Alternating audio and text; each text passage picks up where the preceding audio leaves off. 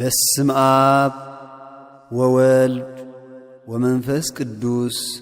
አሐዱ አምላክ።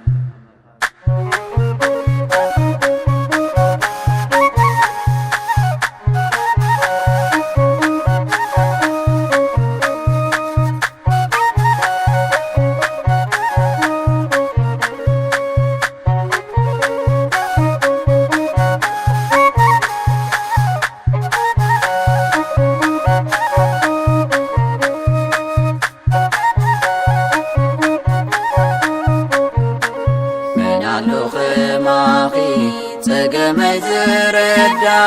ኣብቲ ዘድኽመተይ ኣባኺ ዝጽጋዕ ዓደይ ወላዲተይ ተስፋና ሕይወተይ ንስኺ ዘይብሉስ ኣይሰምርን ጉዞይ ንስኺ ዘይብሉስ ኣይሰምርን ጉዞይ መናለኹ ማኺ ፀገመይ ዝረዳ ኣብቲ ዘድኽመተይ ኣባኺ ዝጽጋዕ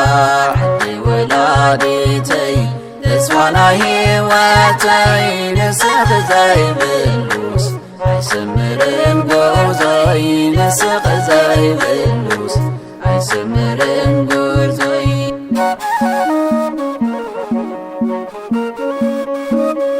ድንግለይ ሓደራ ኣይትፈለይኒ ኣነ ብጀካኺ ምንሞ ኣሎኒ ክብረይን ደስታይን ማርያመይ ንስኺ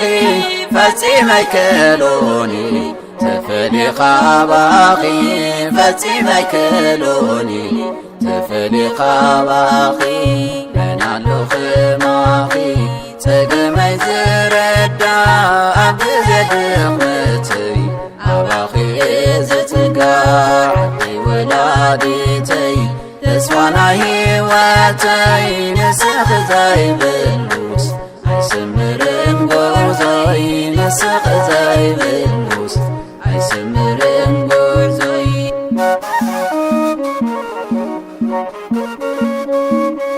ፀግዐይ ክትኮንኒ ሂቡኒ ወጎይታ ስምኪ ክጽውዑ ይረክብ እፎይታ ካብ ሲኦል ሓዊ ክትድሕነኒ ጸሎተይ ሰሚኪ ወሕሰይ ኮነኒ ጸሎተይ ሰሚኪ ወሕሰይ ኮነኒ መናለኹ ማኺ ፀገመይ ዝረዳ ኣብቲ ዘድኽመተይ ኣባኺ ዝጽጋዕ ዓደይ ወላዲተይ ተስፋና ሕይወተይ ንስኺ ዘይብሉስ ኣይሰምርን ጉዞይ ንስኺ ዘይብሉስ ኣይሰምርን ጉዞይ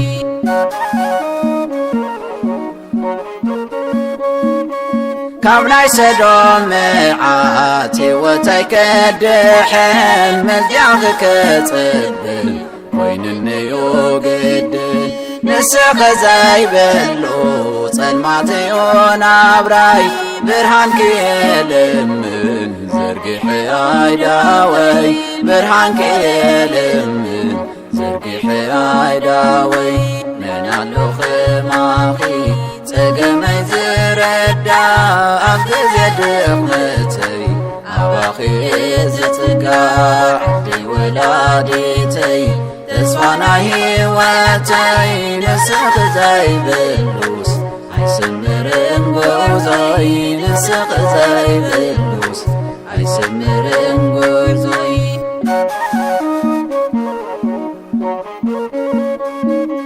ፀግዐይ ክትኮንኒ ሂቡኒ ወጎይታ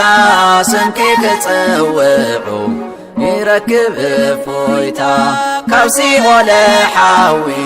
ክትድሕነኒ ጸሎተይ ሰሚኪ ወሕሰይ ኮነኒ ጸሎተይ ሰሚኪ ወሕሰይ ኮነኒ መናለኹ ማኺ ፀገመይ ዝረዳ ኣብ ግዜ ድኽመተይ ኣባ ኣባኺ ዝጸጋ ዓደይ ወላዲተይ ተስፋና ሕይወተይ ንስኺ ዘይብሉ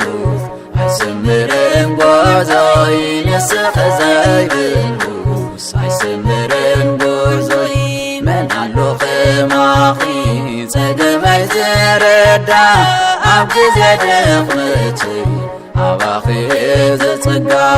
ዓደይ ወላዲተይ ተስፋና ሕይወተይ ንስኺ ዘይብሉስ ኣይስምርን ጉዞይ ንስኺ ዘይብሉስ ኣይስምርን ጉዞይ ጸጋ ጐይታና ኢየሱስ ክርስቶስን ፍቕሪ ኣምላኽን ኅብረት መንፈስ ቅዱስን ምስ ኲላትኩም ይኹን። ካልኣይ ቆሮንጦስ ምዕራፍ 13 ፍቕዲ 13